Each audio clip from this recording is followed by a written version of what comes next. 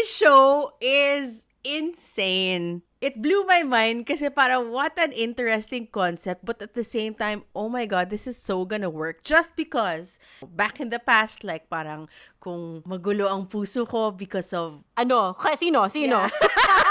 There was a specific time that I really ran to horoscope. It was so cute and so spooky at the same time, and I've never seen a dating show like that. Like, hindi ko alam kung anong nararamdaman ko. Kinikilig ba ako o natatakot o kinakabahan? Bakit ganito ang nararamdaman ko pag nanonood ako? 1, 2, Sarang! Hey! Annyeong! This is Monica. Hello, this is Pia.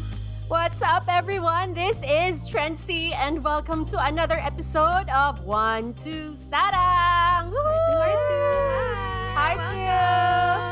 Welcome back, everyone. So glad that you are here once again with us in another episode of 1, 2, Sarang. And marami na nang po tayong exciting na pag-uusapan ngayon. It's a combination of love and possession. Wow! Ooh, best combo. Yes, best combo. Alam mo naman kasi pag 'di ba in love ka na possess. 'Di ba? Para kang ibang tao. Yun yung experience mo? Pakwento naman. Or napoposas ka. Pa-experience. Iba na yun. Ay, iba yun, girl. Hindi yun possess. Nakukulong. Yung pala. Pero as you know, guys, dito sa 1 to Sarang, we are always very excited to try new shows. Diba? As in, we're not just like talking about like your usual mainstream. We always want to inject something new in the content that we give out to you guys. Kung kakaibang movie ba siya, award-winning show na hindi masyadong napapalabas, we always want to try out new things. And itong new thing na to, nalaman lang namin to over the interwebs. Tama ba? I think Twitter. si Monica, on Twitter, I think it was Monica who first got hit by a content that talked about the show. Please tell us what that experience was, Monica. It was hilarious. I mean, we have been going through a lot of episodes that deal with this topic involved. Yes. So parang nakalimutan ko na exactly kung anong content, but basically it's combining variety show and that. And the question of why the hell aren't we watching it? The clip was hilarious, so parang I had to share it to you guys. At ako, hindi ako yung variety girly. It's Pia. Correct. The fact na Oo. na-excite ako about it, parang that's something, di ba? And then when you sent it to us, parang kaming dalawa ni Pia, oh my God, we are down Yes. for the show. Super yes. And kaya mayroon tayong episode na to about it, kahit nakakasimula pa lang siya. But, before we get to the pinaka-meat ng usapan natin ngayon, of course, mag-shoutout muna kami ng mga nakikinig sa show namin. Diba? Kasi so far, this past few weeks, we have been getting like a lot of streams and we are so very thankful to all those people who have been listening to us. Grabe, as in, nakakatuwa. So our last episode was about Pride Month and we had a guest there. And over on YouTube, may nag-comment sa amin. Sino yun, Monica? Yes, hello to Jap15227. Thank you so much for watching. Sobrang nakakatuwa na he even left us a comment, a bunch of comments actually, of his recommendations of Korean BLs. As in, tapos ang ganda pa ng pagkasulat. May mini review ng bawat titles that he recommended. Ang ganda Love pa ng it. pagkasulat. Yes. Sobrang nice and thoughtful of him. Thank you so much. And if you guys are intrigued kung ano yung mga titles na yon, hanapin nyo na lang sa comment section namin. Nandun siya. Pero titles included, he mentioned Love for Love's Sake, Light on Me, Where Your Eyes Linger, and also The Eighth Sense. As marami pa. As in, he really took the time to list all that down and super happy and thoughtful. So thank you so much, Jap15227. It was really nice of you. Yes, super sobrang nice. And I think this is for everyone kasi the point naman din of that episode was to really broaden our understanding of like queer stories in Hallyu. So thank you so much, Jap, for that. And marami pa iba nag-comment, di ba? Also on Instagram, we want to give a shout out to Mara. If you remember, we interviewed Mara in our podcast as well. Check out our episode on 17th Heaven. She was our guest for that one. And Yeah. she said on Instagram, she reposted our story and she said how happy she was that we were discussing queer baiting because it's something that is really happening in K-pop, and we actually had VP talk about it in a very sober way. I love how he Yes. approached it. And kung gusto niyong malaman kung paano nga niya in-explain, check niyo na rin yung episode na yun. Panoorin ninyo or pakinggan. Ayan. Aha, tama. Grabe, sobrang thankful talaga sa lahat ng mga nag-comment sa amin about that episode. Other than that experience last week, we also had another concert experience. Yes. And this is me and Monica going to Beanieverse. Woohoo! Yeah! Yes, sobrang saya. Thank you so much to our friend Mick who helped us with the tickets. Actually, thank God na hindi siya nakapunta kasi nakapunta ako. I thank God si Pia hindi available. Kasi siya unang Hi, nag-mic. Mick. Oo. So, hi Mick. Si Mick was also a guest in our show back in season 1, was it? 2 or 3. two. Oo. Yeah. So we talked about his experience, his experience as a girl group stan. So if you're interested in that talk again, balikan niyo po ang aming roster of episodes in our Spotify and dun po siya. Ayan. So it was so much fun, the Beanieverse experience. Sobrang nabigani kami ni Mon, di ba Mon? Parang sobrang, oh my God, Super. grabe! I was so surprised, like, multiple times. Kasi hindi ko in-expect na ganun siya kaganda. Aha. Like, Yes. I don't know. And parang at the end of the night, ang inisip ko lang, wow, this group just keeps on surprising me over and over again. I mean, Super, starting as in. from that episode when we tackled them, kasi we had a girl group episode about the new girl groups that have been, entering our radar this 2024. And Beanie, kahit P-pop siya at K-pop ang pinag-uusapan namin, parang, Yes. kailangan pag-usapan din sila kasi parang in a way, Definitely. same mga roots. And syempre, meron din silang pasabog nung N na babalik din sila dito sa Manila for their grand Beanieverse in Araneta. That was so exciting when they introduced that, when they revealed that at the end of the concert. So, Sobrang tilian talaga yung mga tao kasi we didn't really expect it at all. So, the concert will be on October 4. Alright? So, abang-abangan na natin kung kailan po ang labasan ng mga tickets kasi unahan po yan. Kasi my goodness, these girls, they are so freaking big already. And there were comments on TikTok that were saying about how ang ganda ng seats ninyo, ang ganda ng mga fan cams ninyo. Yeah. Wow, fan cams! Oh naman. So, Thank ano you ba so yung much, fan Nick. cams na yan? Oo. Do check out our TikTok so that makita nyo kung ano ang view namin from our seats. Yeah.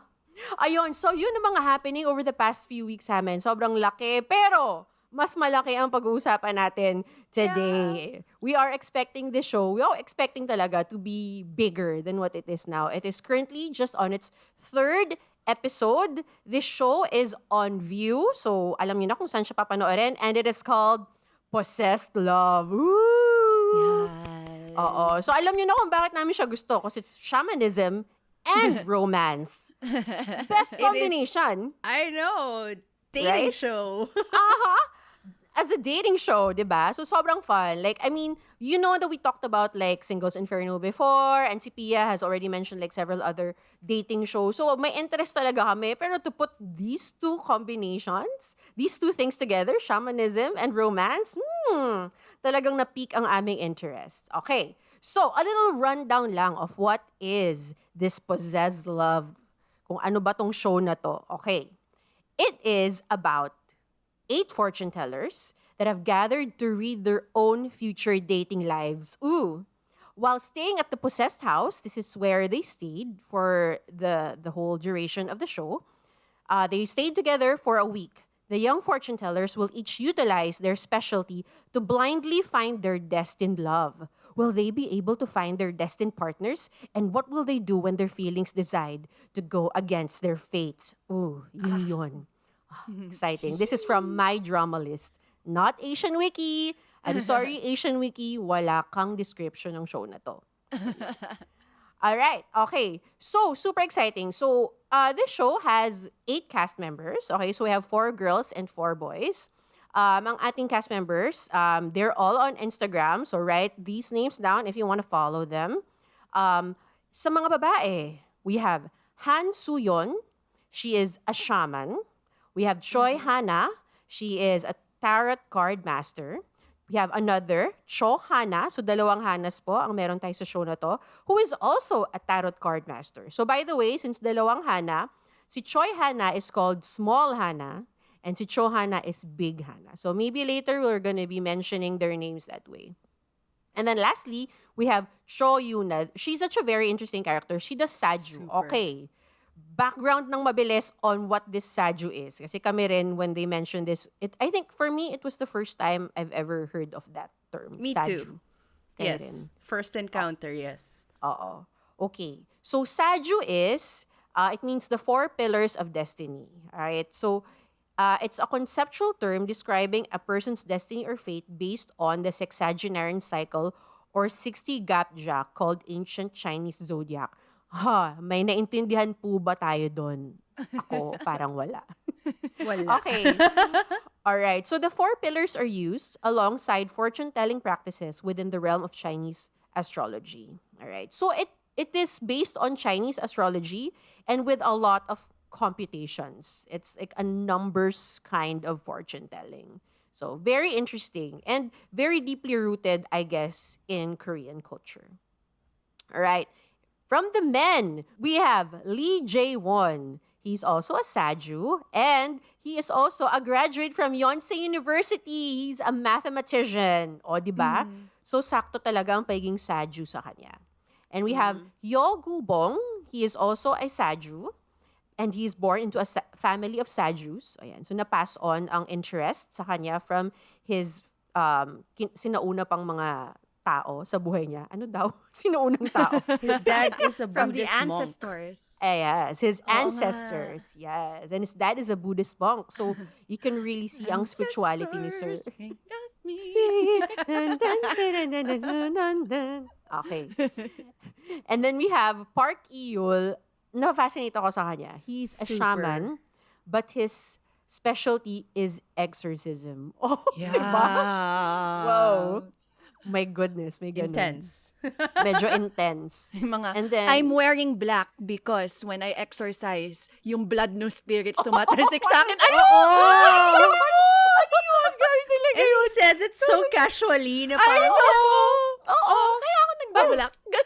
Parang yung dating sa akin, feeling ko, ilang beses niyang inexplain sa mga tao. Oh. So parang Kaya meron na nga, siyang oo. script sa utak niya. Alam mo yun? Na parang sa utak ko, parang, hala, yung mga spirits may blood. Kaya nga eh. Okay. Yun. And lastly, we have Lee Hongjo, who is also a shaman. Ayan. So marami po tayong mga shamans. So we have shamans, saju readers, I guess what you call it. Saju Yeah. masters. And then we have tarot card masters as well. So yan. Yan ang ating mga cast of characters. Very interesting, and we'll talk about these people in depth later and how much they fascinate us. Okay, and of course, since it's a dating show, may mga panelists. Siyempre, sila nagko-convey ng emotion. Tinutulungan lang tayo to really relate to the show, di ba? Ang meron dito sa show ay sina Yuina, who is a Korean actress. If you've seen her in Guardian, The Lonely and Great God, nandun siya ang lead doon. And many, many others. We have, of course, isa sa mga sobrang pinakakilalang hosts sa Legends. Korean entertainment. We have Shin Dong-yup. Yan. So, nasa Yes. Immortal Song siya. And My Little Old Boy. And many, many other things. Ang dami niya, parang sobrang Yes, familiar favorite din talaga. yung mga He's always sebongis, kaya around. panoorin niyo din siya. Correct. Oo. So, kung karat Sila yung kayo, I'm nag-inuman sure ni kilala niyo siya. Mingyu tsaka ni Songkwan ba yun? Correct. Oo nga. Yan. Di ba Dino? Ah, Dino pala. Oo, sila ni Dino. Ayan. And then we also have our favorite, Yoo Son-ho, ang matitira na lang sa 2 days, 1 night kasama ni Jongbin. Iyak na ako. Wag ganon. wait, si Sehun Ay, wala na rin? Si Sehun din pala. Oo. Pero, Oo. I mean, feeling ko kasi, mayroon ako nafe-feel na malapit na rin siyang umalis eh. Mayroon ako nafe-feel. Na ganun. I don't know. Baka Feeling pinipreempt ko, ko lang. stay pa siya. Oo. Kailangan niya Kumita ng ng pera. pera, tatay siya. Oo. Oo nga. Yun Correct, yung iniisip ko. Correct. Tatay siya, pero hindi siya level kasi ni Jong-hun. Alam mo yun? Oo, na mayaman na kasi yun Oo masyado. nga, may generational Oo. wealth. Correct. Okay, and then we have Ral, who is a YouTuber, but she was only there for one episode. One episode. Oo, Yeah. she was, kasi buntis siya. So, I'm assuming yun yung reason Correct. kung bakit siya umalis. Yeah. Pero kasi correct. nung ni-release nila yung si Gabby talaga yung sinabi nilang panelist. Kaya nagulat din ako na wala si Gabby. Si Ral yung parang iba yung pumalit sa kanya for the first ep. Okay, so si Gabby yung hindi available. Ay, nako, Gabby. I know. Oh, So busy Busy naman ni Tapos Gabby. buntis Si pa Gabby yung kasi, pinapasok mo? correct, oo nga. Si Gabby kasi isang choreographer and the leader of the Yes. group La Chica. La Chica! I La love Chica. them! Wait, Street is Woman she Fighter. in, Street Woman Fighter. Okay. And lastly, we have, ito talaga yung pinaka-importanting kasama sa panelists. Si Park Sung-joon. Siya po ay isang fortune teller. Syempre, kailangan na yung mag-explain kung ano nangyayari. Correct. Pero may mga inexplain ba siya? Siguro mga 10% of the time. Di ba? Parang Meron. Oo nga, Ang dami 10%. kong natututunan. Okay. madami kang natututunan. Madami kang Parang natutunan. lagi siyang tumitingin-tingin lang. Tapos parang, yun na yun? Tatanggapin na lang namin yung tingin? Oo. Pero feeling ko si Monica baka meron siya kasing spiritual connection kay Park Sung-joon. kaya nag-tingin. Nagirinig niya nga yung mga deity na nagsasalita. Correct. Oo. yun. Okay, so those are the people in the show na pag-uusapan natin. Very important to note kung sino rin sila. And for our topic for today, itong ating mga questions. Sobrang easy lang. This is gonna be like a very casual conversation about our feelings. Okay. So I'm gonna ask the girls what their initial thoughts about the show are, who are their standout participants, and ships, of course, kailangan may ships. And itong show kasi nito, sobrang kakaiba siya because it tackles like a different side of Hallyu that we don't really super touch on. Okay, so based on what you've watched, what are your thoughts on following your fate versus following your heart? Yon. Yeah. Para it's like an overarching theme for the show. And then, who do you predict will eventually end up together? Sino ba sa kanila, di ba? Sa kanilang 8. Very exciting. Sino bang fated sa kanila? And lastly, para sa ating mga listeners, who do you recommend this show to? Okay. Yun po ang ating mga questions for today. So, sa mga nakikinig dyan, stay tuned. Marami tayong pag-uusapan. And sa mga hindi nakakaalam sa show at ngayon pa lang mapapakinggan to, magkakaroon po tayong mga spoilers. So, big spoiler alert na lang. So, you can stop listening now if you want and continue on later kung napanood nyo na. Or if you're really interested in knowing what the show is about before you go and watch, panoorin nyo na kami. Kasi masaya itong usapan na to. Okay. Let's get it. Let's get into this conversation. Okay, girls. What are your initial thoughts about the show? Sino una? Sino ang fated to say first? Hulaan ko. Pia. Me. Ay, hindi. okay. Shit, si Mon. Okay. Wala Kahit kang hinimal ano. ako. Oo. Wala kang akong- intuition sa deity ni Oo Monica. nga eh. Correct. Sino ba deity mo, Mon? Si ano? Hindi ko alam. Venus. Si Venus Raj? No, as a Taurus, siya talaga yung ano ko. Oo nga. Yung ruling planet. Ruling Oo, planet. yun. Ruling planet. Correct. Ganon. Oo. Okay. Okay, this show is insane. Like, I mean, hindi ko ma-piece together talaga kung anong nararamdaman ko. Pero sobrang entertained ako at sobrang feeling ko ang dami kong napipick up na bagong knowledge. Kasi like what we said nga, these are things we don't know. I mean, we have talked about shamanism because of the previous shows and films that we reviewed, right? But we don't know saju. Tarot we do, pero parang to a certain extent lang. Yeah. Parang ang daming these are like fields that we have no clue of because I guess kasi we don't really practice it. And to combine it with a dating show, Finding Love, parang it blew my mind kasi parang what an interesting concept but at the same time, oh my God, this is so gonna work just because naisip ko talaga yung mga personal experiences ko when it came to, I don't know, back in the past, like parang kung magulo ang puso ko because of Nako. Ano? Sino? Because We of whatever, demand a naalala ko name. talaga, there was a specific time that I really ran to horoscopes. I had my tarot read, and before the sad ending, nagpahula ako sa Binondo and told me, sabi ng Binondo tuloy, hindi Binondo, sa Quiapo, Quiapo. yung sa gilid-gilid ng Oo. Quiapo Church. Sinabi May talaga kandila. sa akin na mahuhula, like kung sino man yung dinedate mo ngayon, he's not the one. As in, sinabi niya yun. Mga ganun ba? So, parang having those mini experiences, like, wala. As in, I clawed onto the show's concept talaga. Claude talaga. Oh, It's so kasi ang exuma. interesting eh. Parang, you're dealing with spirituality to an extent, Correct. and at the same time facing reality, and syempre iba pa yung human nature, human characters, because these characters are some of the most interesting people I've ever met. Sans their background, I guess, I feel like, well, I'm sure related din kasi yung background nila, yung field nila, kaya ganun silang tao. Kaya some are kooky, some are scary, some are Correct. interesting, brooding, may mga ganon.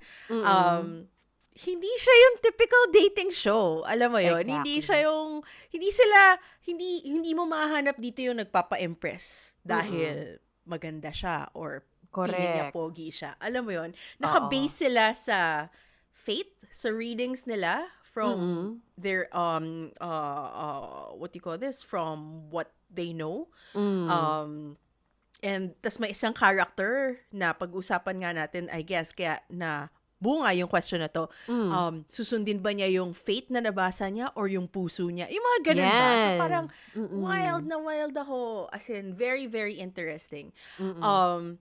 Shout out lang sa favorite character ko so far, dahil 3 episodes pa lang, si Jo Yuna. Kasi, although hindi siya masyadong popular with the guys, she is something. As in, there's something about her that keeps me laughing.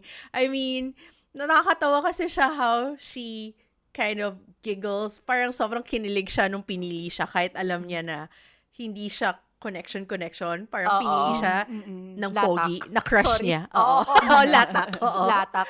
Tapos nakakatawa how she eats. Parang she's just parang walang poise, parang siya lang siya, parang ganon. Tapos ang interesting pa ng pagka-saju reading niya kasi she interprets her readings through paintings. Yes. So for her clients, after she reads, she presents like very, very beautiful or very interesting imagery. And for me, I have never encountered that really. So that really blew my mind na parang, oh my God, may ganito. It's so cool. It's so interesting. So, yun.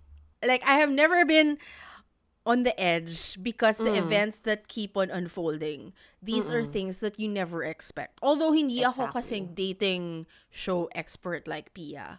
I feel like, I mean, I've seen enough dating shows, yung mga reality, what do you call it? Survival shows, like Survival, and pati yung mga travel, show Chenes. They are exciting because you see the sights and alam mo yun, you feel tension kasi may away. It's usually because of that. Pero ito, it's because of the people mismo. Like, I'm zoomed in sa kung anong next move nila.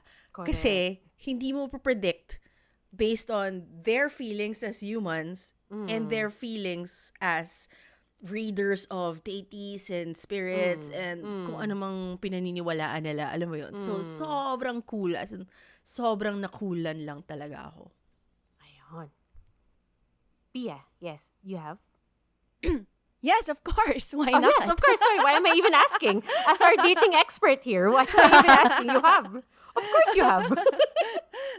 I super love dating shows, especially the Korean dating shows. And nung kakatapos lang ng My Siblings Romance, tas biglang may kapalit na, I got so excited when Mon sent us this on Twitter, and I was like, oh my God. And then I searched it up on View, and I was like, okay, ito na, showing na siya, panoorin na natin. It was just such a It was so cute and so spooky at the same time, and I've never seen a dating show like that. Like, hindi ko alam kung anong nararamdaman ko.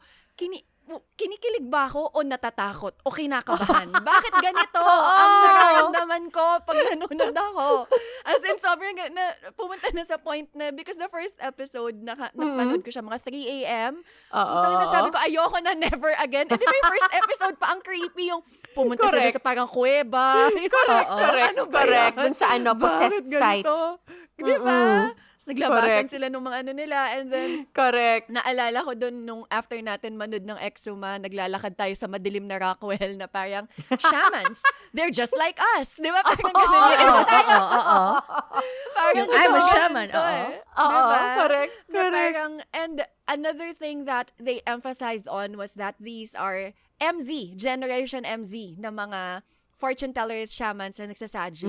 And you wouldn't think kasi, I mean, it sounds like, at least for us who are like kind of detached to the concept, it sounds like something that the older generation does.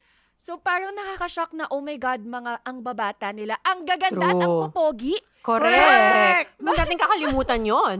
Di ba? Correct. Nandyan sila. Oh my God. Sobrang kudos to the casting. Sobrang galing ng pagkakapili ng mga tao. Yes. And even then sa Possessed site, like, dun sa first episode na, iba-iba talaga yung pinili nila eh. Yung ganon na parang, feeling ko, the producers also had, insight on that, yung mga ganon. Sobrang, tuwang-tuwa lang din ako, and yung even sa panelists then, I super love how this panel also has like that balance. Si Sono as a panelist, sobrang nakakatuwa siya kasi feeling ko siya yung nagre-represent sa atin as audience viewers. Siya kasi yung immersed lang. Hindi niya kayang magputol. And shoutout din pala kay Gabby kasi mahilig din siyang mang-okray. Mga, ano yung sasabi na to? May mga ganun siya, di ba? Correct. So parang silang dalawa yung mga favorite ko sa panel, and sila yung feeling ko, representation din ng mga feelings ko kapag pinapanood ko siya. Ayun, wala lang. The ride is so different from all the dating shows that I have seen, and I think that in itself makes it worth it. Sa umaga nyo lang panoorin. Huwag yung mga madaling araw. Nakaka-stress. I think for the most part, parang pare-pares tayo ng feelings about it. Parang it is really like such a different show altogether. Parang like going back to like the Singles Inferno experience. That was a great dating show, honestly. Pero and it tackled like a lot more ideas versus just like dating and romance. Diba parang we had this episode before then, kung babalikan nyo mga dear listeners and viewers, we have a Singles Inferno episode back in season 2. Was it season 2? Season 3? And 3. Every time they come out in Singles Inferno, meron pala tayong 2 show. episodes na tayo. So both season 1 and season 2 pala may episode hanggang 3 kami. na. Hanggang yung 3 ba? Pinag-usapan na rin natin? Ay, hindi ba? Wala parang hindi. Pinag-usapan natin season 3. Hindi ba? Okay, anyway. Parang hindi. Anyway. So, ayun, obviously, parang lahat pala ata kayo mahilig sa dating show. Pero dami lahat eh. Pero kasi since magandang experience kasi talaga yung Singles Inferno, kasi the show brings you out of just the dating experience. But I think with this show, Possessed Love, it expands the world even more. Parang, kumbaga parang hindi lang siya parang internalizations about like dating, but also spirituality, na nakakatuwa. Alam mo yun, habang pinapanood ko nga, kasi of course, like, since the whole concept is following your faith or following your heart, parang may ganun silang ginagawa. Whenever they follow their faith, I always start questioning, why are you following your faith? Hindi naman yung pinapakiramdaman mo. Pero parang at the same time, I also have to remind myself na this is their job. This is what they believe in. Ito talaga yung belief nila. So I have to put my judgment to the side. Hindi siya necessary sa usapan na to. So I think as a viewer then, you also have to like kind of do that to really be fully immersed in the show itself. Like everything that they believe in is something that you should also take in as true. Kasi yun talaga yung mundong ginagalawan nila. Which is just so fascinating. And if with that in mind, parang asan na yung mga deity? Na, alam mo, pag pinapanood ko talaga siya, iniisip ko, yung mga deity ba nila may dating show din in another realm? Alam mo yun? Parang may Possessed Love deity edition din pa tayo. Somewhere in that other realm. Ayoko. Nakakatuwa. Ako tuwan-tuwa. As a shamanist, char.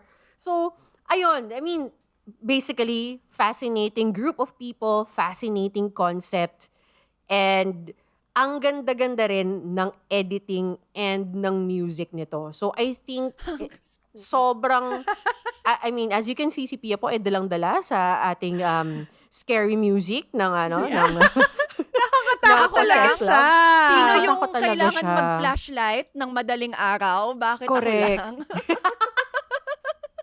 Correct. So, as in talaga, I think it's, I mean, same as the two other girls. Nakasama ko ngayon. Wow! Wait, two other girls! Makasama pala ako. Uy, wag kayong magpakita. Putang ina. Takot ako bigla. Okay. So, like Pia and Mon, as in, I also super duper enjoyed it. To the point na kaming tatlo, as in every after the show, mag-uusap kami kagad. Yeah. As in, just to get those feelings out. Ayun. And speaking of feelings, ito pa. Sino sa inyo ang mga standout participants and ships? And what do you feel about these people? Sino sa kanila yun? Standout sa akin talaga si Suyon. Like, Suyon. sobrang lakas ng main character energy niya. And as a Leo, syempre relate na relate ako sa mga main character energy. Parang pagdating pa lang niya, as in, ang ganda kasi niya eh. So, lahat na lalaki siya kagad yung pinili. And I thought na siya yung typical na, ang strong kasi ng features niya. So, akala ko, medyo mahihiwalay siya sa pack na parang, yeah, I'm the popular girl. Pero hindi. Meron nga nagsabi sa Reddit na she's the twice Gio of shamanism sa kakaayos ng bahay, nagluluto, nag-aano. And you could also see her relationship with the girls. Like, inaayos niya yung hair kapag magulo yung girl yung hair nung is. Meron siyang ganong touch. So, I super love na meron siyang ganon. I'm so immersed in her character. Tapos, yung sa boys, yung sinasabi ko nga na para siyang si Prince sa Alchemy of Souls, si Shin Sung-ho ng shamanism. Hongjo ba o Jongho? Nalilito ako, parang nasa 80s youth ako. Hongjo. Si Hongjo talaga na parang nasa-stress ako sa kanya. Hindi ko alam kung anong gagawin ko sa kanya, pero presensya siya. As in, yun na talaga. Isa kang presensya. Meron akong tanong para kay Pia. Ano yung tingin mo sa mga mata nilang dalawa, though? Kasi iba yung mata ni Hongjo compared kay Suyon. 'Di ba sabi nila parang kapag mas bago ka pa lang naging shaman, mas strong pa yung parang spirit or like mas strong din yung dating mo. That's why usually I watch this in one of the variety shows na parang usually kapag nagpapahula sila sa shaman, you choose somebody na bagong quote-unquote bagong shaman pa lang. Kasi sila yung mas may accuracy daw. So, kita-kita mo eh. Kaya si Hongjo, di ba parang, tama siya yung parang 6 months pa lang, di ba? Tama ba yung pagkakaalala ko? Si Hongjo yung dating din siya. Like, he used to... He traveled the world. He did traveled everything. the world. Marami siyang... He modeled.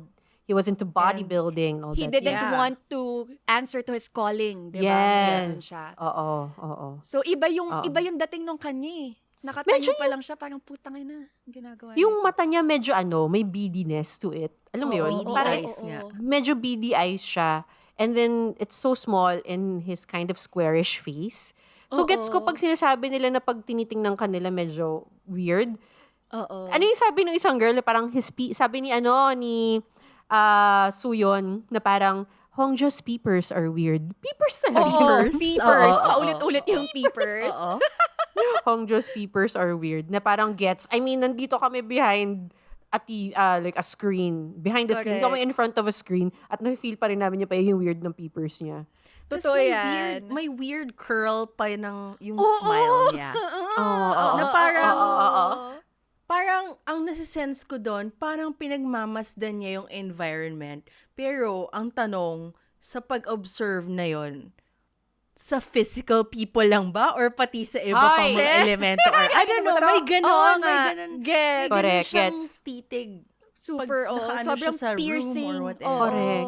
Especially nung mga first few eps. Parang, si Suyon, very bubbly. Alam mo yun? Yes. So, parang like, yung, you're not quite sure kung shaman siya. Kasi may bubbliness talaga siya na hindi stereotypical, I guess, of like, being a shaman. Si Hongjo kasi parang pagdating pa lang niya, medyo meron na siyang weird, observant energy about him.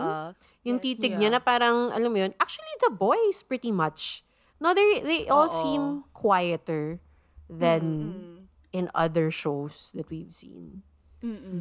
Pero yun yung sobrang kaya ako ikinatuwa dito sa show na to kasi sorry kung may judgment pero parang I had like I had a preconceived Preconceived notions. notion of what these kinds of people would be like and like maybe dating would be difficult na inadmit nila as in parang every now and then i-share nila what dating life's been like na sobrang interesting kasi again eto na naman tayo sa oh my god shaman are real people parang may ganun diba Shamans are human too. they're humans too parang ganun Yeah.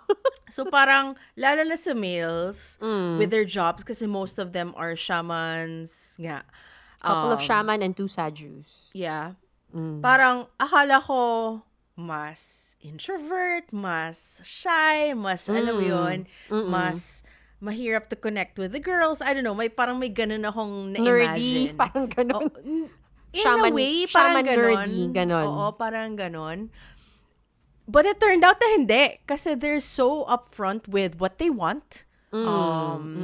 They're very, very relaxed about who they are in their fields. Parang ganon. And parang yung intention talaga of finding someone to date, someone to love, was there. So parang nakakatuwa na ganito yung mga guys. Yung girls, I mean, although they are shamans too and tarot readers, etc. Somehow kasi physical pa lang, alam mong, dahil cute silang ganda nila, parang ano nila, alam mong they're out there to find someone. Pero the males, so mysterious. So there's so much to kind of like unlayer or something. Yeah, Akala ko that's ganun. true. Pero hindi pala.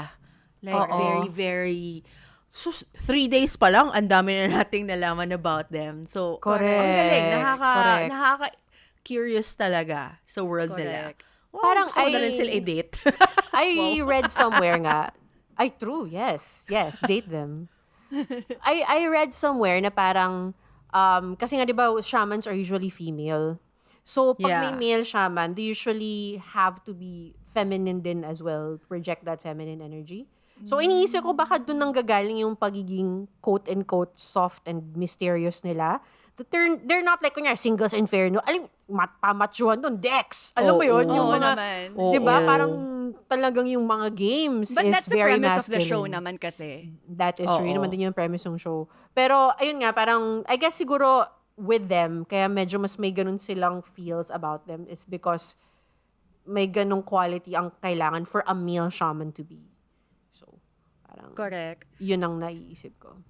In terms of ships, ayoko na kasing magsabi ng ship kasi malas ako lagi dyan.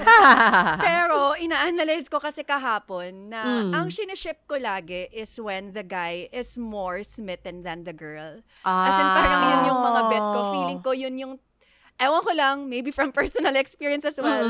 Yeah. Pag yung lalaki, talagang patay na patay sa'yo, yun na yun. Huwag ka nang magtanong pa. At least, basta. So, By yun, personal kaya parang- experience to. Oo, yun talaga. Yes. Yun talaga, guys. Ay, naku, Washi, tumigil ka na nga. Mali I pa know, rin. oh my God. Girl, no. Kaya gusto ko talaga si Iyul para kay Hana. As in, kay Small Hana. Kasi sobrang grabe yung titig niya nung kumakain sila. Talagang, I know. Kinilig ako nun. Grabe He was kinilig so ako. down bad. Diba? As Tapos in, parang pumugi nakita ko na talaga siya. sobrang I know. Song Joong-ki talaga siya. As in, Pumugi siya. pagpasok pa lang niya, Song Joong-ki na talaga sa akin yung Oo. dating niya. Descendants of the Correct. Sun. Pwede Yeah, kanyang yeah, ganunin, tas makes mag-helicopter kayo. Oo. Ganon. Correct. Oo. Ewan ko, sana hindi ko jinx, pero go Iyul siya. And gusto ko Sana. rin si Soyeon siya kasi Hongjo. Cute nila kasi nag-uusap sila hanggang 5 a.m. Correct. Cute nga yun hanggang 5. Correct. Pero may mga nagsasabi na may mga nakita akong comments sa Reddit na, hindi naman ibig sabihin pag 5 a.m. kayo nag-usap kayo na. Totoo din naman. Nega. Totoo din naman. Nega lang. O wala na, sinink ko na nga yung ship kasi sinabi ko na eh. Ako nga yung ship sinker. Ako, sasakyan ko na yung sinabi ni Pia about her ships. Ako rin, super ship ko din si Iyul tsaka si Small Hana. Kasi parang, I feel like si Hana kasi, I don't know, she feels like, yung energy niya for me is very young. Alam mo yun? Parang it feels like she's still trying to figure out the world and I guess her profession because she's still pretty new at it as well. Si Yul kasi parang matagal na siyang shaman. He comes from a shaman family. Exorcist pa siya. I mean, pupunta siyang forest para hanapin yung mga spirits mag-isa. Para makipagsapalaran. Para makipag-test his nerves. Patangina. Oo. Pero yun nga, parang si Yul kasi has that kind of like protective energy. And you can really see it sa show na parang he seems very protective of her. And then, spoiler alert, kasi sa show, parang at the end of the day, parang they have to choose someone that they like. On that day, kasi nag-date din si Yul tsaka si Hannah. But at the end of the day, Hannah still chose another guy. Na parang sad, pero ang sobrang grounded nung reaction niya kasi to it, na parang, kasi hindi pa siya over dun sa initial feelings niya for this guy. Yeah. So, parang, it's okay for me. Like, okay, parang, wow, so you can wait. Okay, sige, parang ganun yung reaction. Which is so mature, I think. Yeah. I really, really also want small Hannah and Yul. But I just have a really bad talaga. I just really have a feeling na probably because of her young energy nga, pipiliin pa rin niya si Hongjo. At si Soyun, bilang ang firm niya with Gubong. Correct. Na parang, ewan ko parang ako hindi ko siya na gets. Pero parang there's something about the two, the way they speak about each other. Like, nakita ko na yan sa beginnings of a relationship. Alam mo yun? Yung parang may instant connection. And then yung preview pa for the incoming fourth episode, dahil si Suyon, masyado nga nag-hangout kay Wongjo at nagdabog si Gubong. Na parang, wow! Grabe, na-excite din ako nun. Intense nun. Parang, I don't know, it feels so real. Like, I mean, extra real na these two has that big of a spark na kaya ganito yung mga reactions nila na hindi ko maintindihan. Exactly. No offense, hindi ko masyadong bet. Pero parang, hindi ko masyadong bet. Pero, between them, I don't know. We don't know kasi it's between the two of them, diba? Correct. So, True. Pero question, as viewers ba, kinikilig ba kayo sa kanila pag nagde-date sila? May Hindi. kilig ba kayong, diba? Yun yung ano kasi ako parang, diba? Ang weird. Doon ako na sa kanila because like, pag nanonood, kahit Singles Inferno and like the other dating shows, may kilig kang nararamdaman Kahit na yun nga, yung initial ay shit, okay, gets ko na siya. Parang may, bakit hindi ako kinikilig sa kanila? It's so weird. Siguro just to add to the context lang of what we're talking about, kasi si Mon kanina mentioned spark. So that spark actually comes from the fact that early on in the show, they were asked to choose someone from the four names, opposite sex, based on their own readings. So sa start na show, they will read, meron mga placards. Placard talaga, ang tawag doon. Parang may mga wooden parang tablets. talisman nga Parang mga wooden tablets na naka-display containing the birthday and the zodiac sign. Is it the zodiac sign? Or the animal? Zodiac. The Chinese zodiac sign of the person. And then they will, through their own abilities, saju ba, fortune telling, or shamanism, parang figure out kung sino yung fated sa kanila. So, when one was mentioning earlier na may spark, alam mo yun, parang it could have been coming from that. Kasi we kinda already know na they chose each other based on that earlier ritual that they did. Yun. Yeah. And even pagdating sa house, si Suyon, nandun na talaga yung tingin kay Gubong. Yeah. Correct. Na very interesting. Parang hindi ko, I mean, no offense to Gubong, but among the four, he's like the least person that I find attractive. Yes. But all Hard the girls... Mukha daw siyang idol girl. Yeah, but all the girls seem to be so attracted to him. So, hindi ko siya maintindihan. Pero syempre, I mean, opinion ko yun. Meron akong opinion nila theory. yun. Oh. Feeling ko hindi na talaga nagtatranslate yung looks niya. Parang yung ophthalmologist Sa ng camera. parents ko. Na, hindi ko... Parati kong, ayun, pogi niya. Pero pinakita ko yung picture niya sa inyo, guys. Parang, ay, hindi siya pogi sa picture. Kahit anong picture niya siya pogi. Oo, Pero in person, hindi lang pogi siya. translatable to camera. Oo. Anyway, parang na-shock ako kasi parang Ako rin. dahil siya yung prettiest girl in the room. I thought she was gonna choose the prettiest guy in the room. Alam mo yun? Correct. And she didn't. At least sa sa paningin, dahil paningin natin, hindi prettiest guy nga si Gubong. So, Pero parang may ganon, parang because there's like some sort of energy na hindi ko maintindihan. But it seems like they understand correct. that's something. Baka like there's like a Oo. bigger force there that's why they're so drawn to each other, and maybe that's why they'll end up together. Kaya ako nasabi na baka they'll end, yun yung prediction ko, that they will end up together. For me, actually, very refreshing na ganun siya. Kasi parang with a lot of dating shows nga na hindi energy yung binabasihan. Parang it's really usually the physicality that, alam mo yun, na lumalabas. Pero dahil nga parang sobrang physically hindi sila match, pero sila yung nagmamatch, parang dun ako natutuwa. Kasi parang, itaguyod natin ang bandera ng mga pangit. Ano ba? Hindi naman siya pangit, pero parang Pangit! Least attractive. least Sorry, attractive diba? in the room. Yeah. Na alam mo yun, na parang you can offer something pa din kung hindi physical, di ba? And yun naman yung sinasabi nila, every time like, nung una sila nagkakilala, papasok yung mga tao, parang, okay, grabe. So, sobrang strong energy ni Gubong. So, yung energy talaga yung nakakadraw sa kanya ng mga tao. Tsaka interesting yung tao. Grabe, sobrang tawang-tawang-tawa talaga ako na dahil sila nga yung nag-first date. Dinala niya si Suyon sa isang temple. Diba? Oh my God. Grabe. Palakpak ako nun. He know it. Like, and she Correct. took it as something kilig even. Kasi parang it's basically him opening his world to her, and I guess that's what she was looking for. I don't know. So parang while everyone else was having lunch in a cafe in Yangyang, they were Correct. in a temple. In a temple. Eating doing, temple food. Eating temple food that they probably made themselves. Char. Okay. We haven't talked about Choi Hana yet so much. Like we mentioned her earlier a little bit. So si Small Hana, which is a character here na sobrang medyo pivotal din ang kanyang role sa mga happenings, diba? So I find her actually, even if she has that young energy, I find her character here, yung personality niya, fascinating. Kasi parang I feel like sa kanya yung pinaka nagmamanifest yung whole concept of like fate versus heart. Yeah. Alam mo yun? And like how she is as a tarot card master, parang feeling ko it's so interesting kung tarot card master ka. Kasi lahat ng pwedeng gawin, lahat ng mga decision mo sa buhay, binabasa mo. So silang dalawa actually ni Big Hana, like the constant yearning to like parang be read is just so fascinating for me. Like I'm sure parang like they know how to navigate that world na, pero parang hindi ko ma-imagine na every decision I have to make, kailangan kong tumawag ng isa pang tarot card reader para basahin yung future ko. Oo.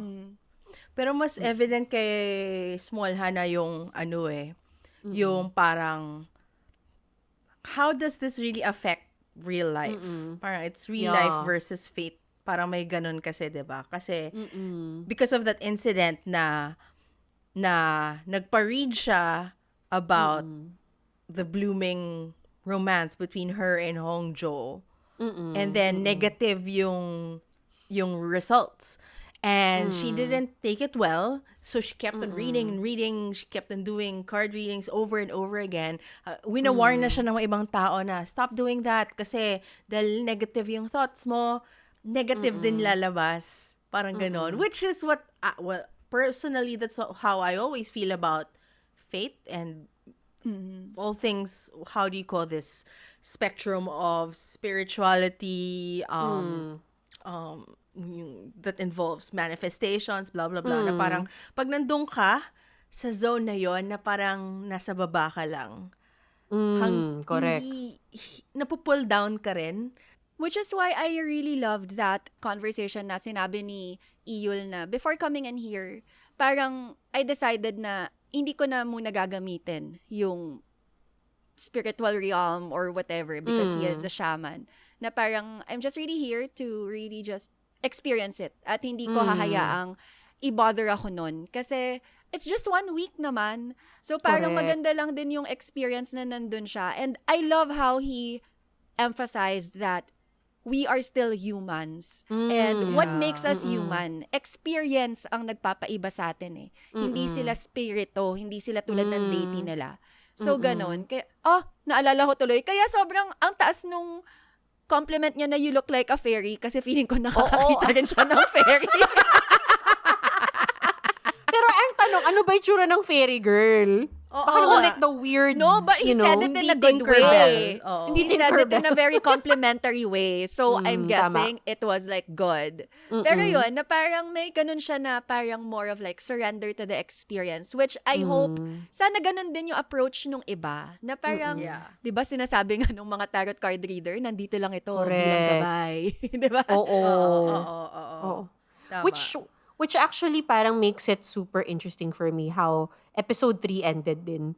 Na umalis si Jaewon. Na sa una siya pa yung pinaka parang bet ng mga tao na lalaki. Yeah. Alam mo yun? Honestly, Ang sobrang pogi. bet ko siya. Ang Ako pogi rin. talaga. Pogi. Sobra. Si Wooshik. Sobrang pogi. As in. Grabe. So ako Ravi ang aking vibe sa kanya. Hindi ko makita. Wushik. Si Ravi Wushik. kasi Hindi ko ganito makita siya. si Ravi din. Pareso lang kasing ganito Eto na eh. naman tayo si Pork Pork Bogum na Hindi, naman feeling ko tayo, kasi nung naka-glasses din siya na black, si Ravi kasi parating naka-glasses at some point, di ba? Okay. Tapos yung mahaba, long, tapos yung lips na naka-purse. Si Wushik kasi hindi mahaba. Hindi, defend ko na naman yung sarili ko. Basta kamukha niya si Ravi sa akin. O sige, kamukha niya si Ravi. Yun.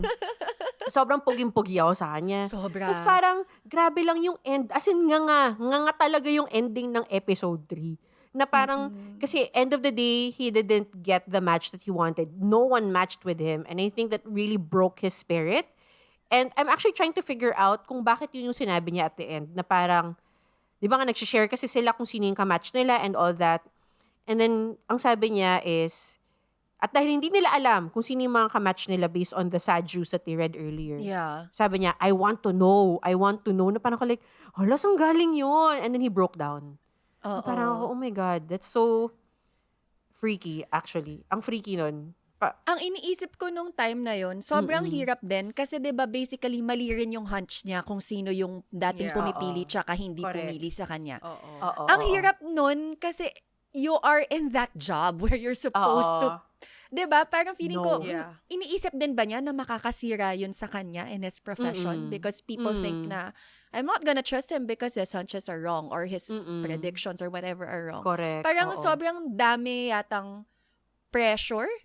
Oo. In terms of like, you're not just thinking about that because basically your job is also in the line. That's your livelihood. That's true. That's Yeah. true. That makes a lot of sense. Parang ang na-feel ko dun sa nangyari is, dahil nagkamali siya ng prediction, parang suddenly, nag-crumble yung, baka Belief sinundan system niya lang yung puso niya, dahil attracted siya kay Seiyun, kaya alam mo yun, Kay pinupush Suyeon. niya. Suyeon. Oo, at dahil yung, kumbaga, dahil nang ibabaw yung pag-follow niya sa puso niya, akala niya yun na yung fate.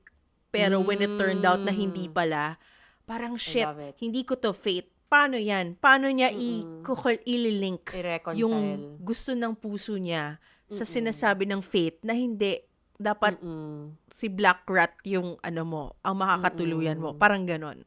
So Wild. parang, I mean, I would break down, I guess, kung parang yung pinaniniwalaan mo is not true. Parang ganon. I really feel sad kasi parang like, parang feeling ko ang interesting din ng character niya to be part of this. Alam mo yun? So parang for him to experiences and then, spoiler alert, eventually have to leave the show because hindi na niya kaya. It's just so hard to watch. It was so hard to watch, honestly. And also But I shocking.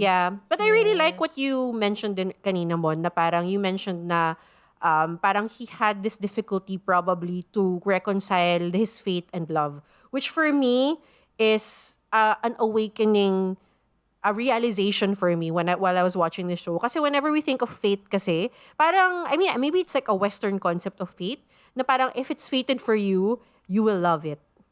Pero kasi yung introduction nila ng fate kasi dito sa show na to is, fate is determined by the deities around you. Alam mo, so it is not your decision. It is the decision of the spirits of the universe, being. of the higher beings. So, parang, kumbaga yung love, if you love someone at hindi siya fated sa'yo, pwedeng hindi siya para sa'yo in the long run. Parang ganun. So like, I am super just amazed of this concept that they're trying to push out and very, very excited as to how it will unravel further in the show. Pero sa inyo guys, knowing that this is what they are talking about, what do you think about this whole concept of fate versus love when it comes to romantic partners? Kasi hindi naman salungat yung dalawang konsepto ng love tsaka ng fate. So parang, I feel like, tayo as humans, you also have like that experience to feel that love, and then kung siya talaga yung para sa'yo, mangyayari na siya talaga yung para sa'yo. And not to say that I would let that get in the way of like pursuing or looking for love or whatever.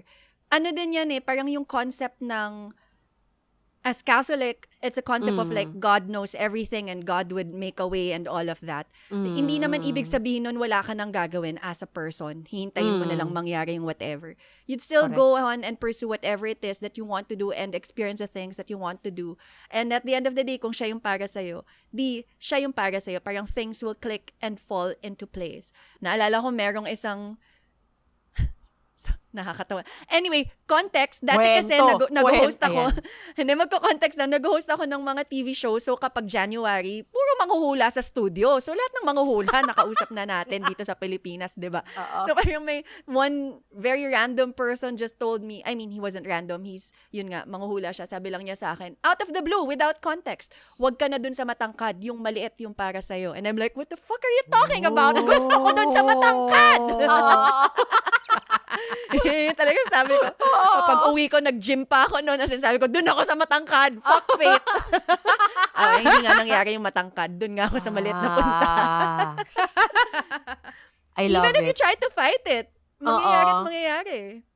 You know how you end up thinking about fate? Usually you end up thinking about these things pag nasa crossroads ka, alam mo yon, pag hindi mo alam kung what's next for you, you don't know what to do, mga ganon.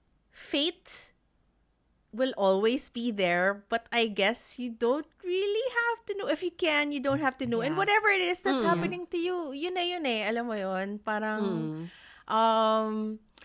naalala ko lang, yung sa manghuhula, nung sinabi ko nga yung nagpahula ako sa Quiapo, kahit na sinasabi niyo yun sa akin na, hindi siya yung makakatuluyan mo talaga, parang ganon. May feelings na ako nun na totoo siya, alam mo yun. So, hindi ako as shocked. So, parang for sure na yun lang din yung binabasa niya sa energy ko, I guess. Alam mo yun? Parang, syempre may layers na, no, ayoko maging totoo yun. Pero alam ko nandun siya. Hindi siya completely, saan ang galing yun? Alam mo yun? Oo. So, ayun, yun lang. And the fact na nagpahula ako, baka may something din yung puso ko. Kasi kung content ako, hindi ako magpapahula, di ba? Oo. I don't know. Oo. Parang yun lang yung thing ko may doubts about kasi. it. Oo. Ako naman, I guess for me, while I was watching kasi the show, it's a completely different concept talaga for me of what fate is. Like, for example, when they were talking about their calling, di ba? Parang they wanted to reject it, but they got sick. They had the spiritual illness because they didn't go to their calling.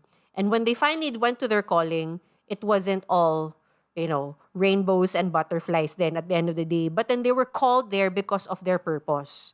So I'm thinking kasi, what is their concept of fate? Their concept of fate is probably purpose, maybe. That's why parang there's a clear, para sa akin kasi parang may clear, may clear Divide? difference. Parang gano'n, divide difference between their fate and their self. Alam mo yun? And as people who are guided by deities to do certain things for the purpose, for a bigger purpose, I guess, may act of selflessness na nanggagaling if you're that person. Alam mo yun? So parang, kung ano yung decision mo, it's not necessarily the thing that you're fated for. So, yun. Yun yung learning ko, I guess, while watching these 3 wonderful episodes of the show na nakakatawa. Meron ako isa pang tanong just to attach to this. Real quick lang. I'm just curious. kung kayo ay may gantong klaseng ability, to shamanism or tarot reading, will you use divination to predict who you're fated for? Kung papasok yung pagka-Taurus ko, wow. Ibang ano naman. Western astrology naman. Feeling ko, masyadong, strict sa sarili ko. So, feeling ko, hindi ko siya, hindi, gagawin ko siya just because I wanna know. Because I'm, Bilis yung sagot. Ang dami mong pinagdaanan, tas yung sagot pala, oo. I know. I'm so confused right now, really. So, I don't know how to answer your question. Pero feeling ko, oo, just because I've had some experiences. So, mga 80% yes. Ano ba talaga? Gusto ko malaman. Kasi I can also be impatient. Alam mo yun? Oo. Yes. I think maybe it's the impatience. Like, I wanna know. Okay. Oo. Very J1. Check out. Si Pia. Ako no. Kasi parang gusto kong ma-experience. Pero, kapag meron ng mga conflict, ayun na, babasahan ko na sarili ko. Kasi yun din experience ko right now. Like, whenever things are okay or like neutral, go lang ako. Pero kapag may konting, hey, there's something, there's wrong with the matrix. Ganyan. Something in the air. Diba? Pag may ganon, biglang, ay nako, naghahanap na ako ng tarot card reader. Bigla ako may Correct. Nagpapabasa na ako. horoscope. Feeling ko ganon. Oo. Ako parang feeling ko Ikaw? sobrang same as Pia. Ganun din. If everything is good, carry lang. Pero parang kung siguro magpapabasa ako like as a routine once a year, ganon. Pero hindi yung parang like, lalabas ako tonight, hahanap ako ng lalaki, go, cards. Hindi ko gagawin yung sarili ko. Every time pupunta ako sa labas at hahanap ng lalaki, parang feeling ko sobrang laking influence nun masyado sa panlalandi ko. Alam mo yun? So much fun. So I have last 2 questions for you girls. Mabilis na lang to. Okay, number 1, who do you predict will eventually end up together? Okay, sinong magiging sila? Quick answer lang. Top of mind. Let's go. Simon, bubukas yung bibig. Suyon Gubong. Suyon Gubong. Suyon Gubong. Okay. Mukha namang hardcore sila eh. Okay. O si Pia, the ship sinker. Let's go. The ship sinker. So, ang pipiliin ko, yung mga hindi ko sinabing kanina na sila yung siniship ko. So, feeling ko ang magkakatuluyan ay si Hongjo tsaka si Small Hana. Wala. Ganun eh. Parang yun yung energy na eh. And then, iniisip ko kasi si Suyon tsaka si Gubong. Usually kasi sa mga dating show, kung sino yung steady sa umpisa, biglang nasisira sila sa gitna eh. So, malamang hindi sila yung magkakatuluyan. Oo. But the thing is, I'm hoping kasi na ganun mangyayari. At dahil I'm hoping, usually, nangyayari yung opposite. Ship sinker din siya. Ship sinker ka din. Ako rin, meron din akong ship sinking quality with me. So, I think I'm gonna go with, ang feeling ko talaga is, it's gonna be Suyon and Gubong. Hindi Gubong, Suyon and Hongjo. May ganun ako na-feel. Feeling ko rin magkakaroon ng shift eh. And lastly, since this is a new show and magkakaroon pa ng 3 more episodes, we're right in the middle of it, who do you recommend this show to? If you're looking for a different kind of entertainment, kung gusto mo ng chill muna sa K-drama or sa usual variety shows, do check this out because the emotions in one episode is just so various, so different, so, I mean, check your BP. Check your BP, what I should like be and go doing. say. I recommend it to fans of Korean dating shows. Hello sa mga nagpa-follow sa akin sa TikTok. Follow niyo rin ako. Marami akong content tungkol sa K-dating. Yeah. Sa mga nagagalit galing sa My Siblings Romance, lipat tayo dito. Madami ding galit, madaming stress, madaming... Hindi pa ako kinikilig sa true. Konting-konti pa lang siya. Pero it's quite an experience. Sundin nyo na si Pia sa TikTok. Yes, come on. So ako, for me, I recommend this much like Mon for people who are looking for something different. I think kung may fascination ka rin about shamanism and Korean culture in general, this is something that you should really get into kasi parang outside of just the romance and all the pairings up, parang ang dami yung pwedeng matutunan. And this can open up new things for you. Okay, www.google.com. Yon ang magiging best friend nyo after the show. Alam ba natin ng saju before? Hindi. Pero ngayon, alam na natin kung ano siya. Alam ba yun talaga natin kung ano siya? Based on Hindi pa Wikipedia, rin. yes. Ayan! So, I'm sure you guys enjoyed this conversation about possessed love. Sobra kami rin nag-enjoy and I'm sure after this, pag-uusapan pa namin siya further and we are just anticipating the next 3 episodes. So, whew. Okay, sabihan nyo kami, manood ng possessed love. Ayan! Let's go! Right. So, that is our episode for today. Pero, wag muna kayong bibitaw dahil meron pa po tayong game! Woo! And we are back with our game with that very short toot. We're back. Akala ko may commercial break, wala. Pero, minamanifest namin na magkaka-commercial break na kami in the future. Diba? Let's go. Yes, let's go It's fate. sponsors. Yes. So sa mga nakikinig sa amin dyan na may mga businesses na you want us to share to the world, we're here for you. You can email us. So, our game for today, it's called One Word Story. Okay? I mean, sa aming mga dear listeners who've been with us since day one, nagawa na namin to maybe a couple of times. Okay? But a little review kung paano nag-work tong One Word Story. Okay? So, we will tell you a story. One word at a time. So, one word each kami until we're able to create a whole story out of it. So, walang panalo dito. Panalo tayong lahat. At lahat ng panalo kayo. Kasi napakinggan nyo yung maganda naming kwento. Okay. Yung little twist ko dito is where we will be setting some characters and the location na. Okay. So, ito yung mga na-set na natin na facts for this story. So, Mon is the shaman. Pia is the deity. Trency is the idol's ex. Ang idol natin ay si Hoshi.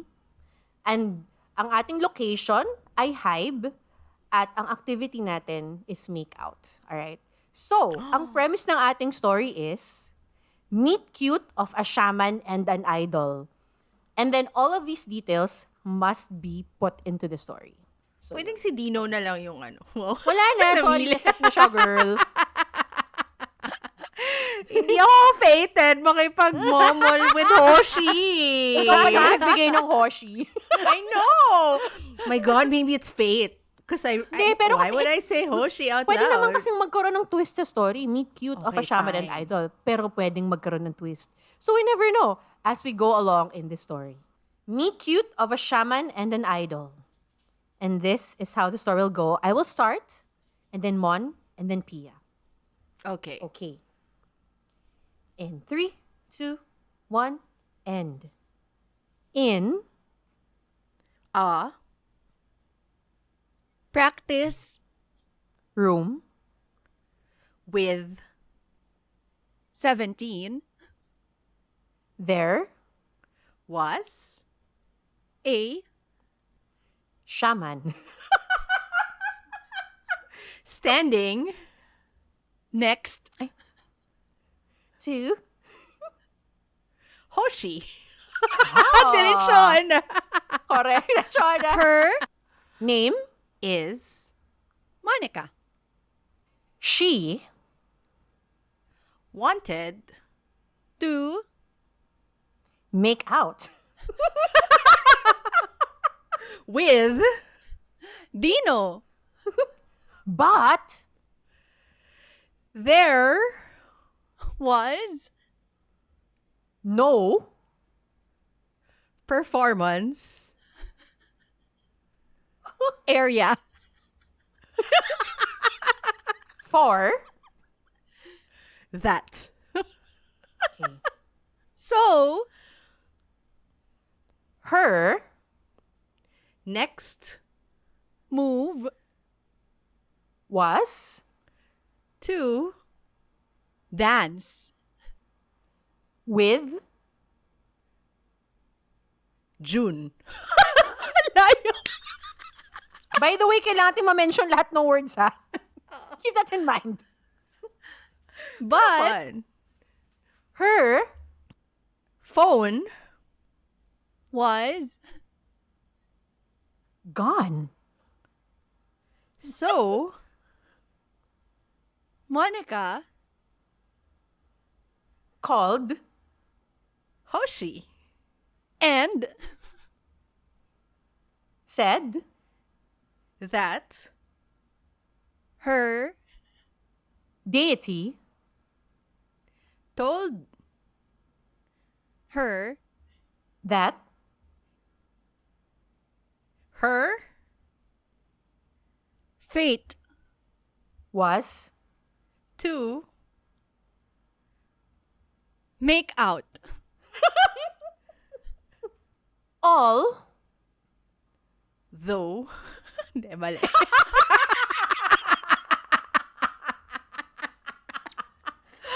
All she wanted, was to see, if maybe Trancy, is not in love, with Hoshi anymore. Pia, the Her. deity, Pia her Deity, said that Monica, must be in the possessed practice room to be with Hoshi. and she Went there. Kailangan natin sabihin yung hive. yung hype. Nakalimutan ko yung hype. Akala ko tapos na tayo. Kaya pala inisip ko, my God, how does this end? Tapusin natin. Last sentence para matapos ang hype. Ano There. sabi ko? They went there. To To? Hive.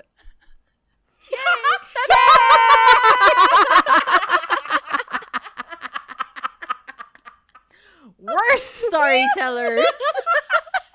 Ang na-pick up ko dito is, okay, in summary, Mon the Shaman, okay, she was there randomly. Maybe hinuhulaan niya si Bang PD. Tapos nakita niya si Hoshi. Sabi nung deity, actually, akala ko magagalit si deity Pia.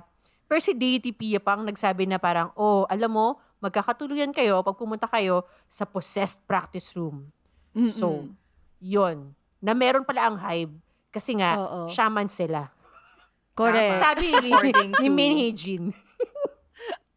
Kaya pumapayag yung deity kasi ipoposes niya si Monica. Correct. That's what I was trying to go Nagkakatawang tao for. siya. Doon ako. Miss natin yung opportunity na yun. Na ma-possess. Hang up kasi ako sa hive eh. Kailan ba lalabas yung hive? Correct. Thank you guys so much for watching our episode for today, watching and listening our episode today about Possessed Love. Sana na-enjoy nyo siya.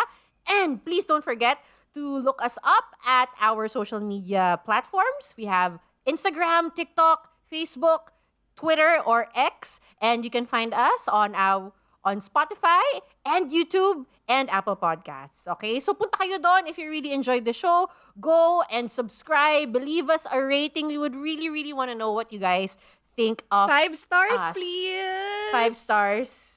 Yes, we are Thank really, really you. working hard to give you the best show that we can possibly do. And if you have any ideas of what else we can talk about, please send it over. Yeah. Mag-message kayo sa amin, DM us, or comment in our YouTube para malaman namin kung ano ba talaga ang pinag-uusapan ng bayan ngayon. We want to Let's know go. so we can talk about it. Ayan. So, thank you so much guys for listening once again. We are One to Sarang and we hope to see you again next episode. Woo! See you. See you. Kamsahamnida. Bye! Kung magkakaroon kayo ng tool na meron na kayo ngayon to use as your divination tool pag nagsha-shamanism kayo, what would it be? And how will you use it? Ako yung metro ko. Ano? Wala. Measure ko lang kung gaano ka-fated or not. Or kung gaano kalayo yung spirit from you Ah. or not. Ganon. So, parang ano siya, shaman, parang medyo geomancer yung feel. Oo. Ganon sa lupa. Ganon, correct. Tapos mini-measure mo kung gano'ng kalalim kailangan yung hukay. Oo, Kasi tama. importante yun. Oo, tama. O si Pia naman. Ako na lang muna. Ako siguro yung akin, yung vape ko. Shit, may laman ng nanay ko to. Pero yes, I vape, mom. Yung vape ko, kasi every puff of smoke I will put out is a call to the spirits. Dun lalabas yung spirit. Dun lalabas yung message sa puff of smoke, di ba? Parang sa tea. Ay, bale, baboy.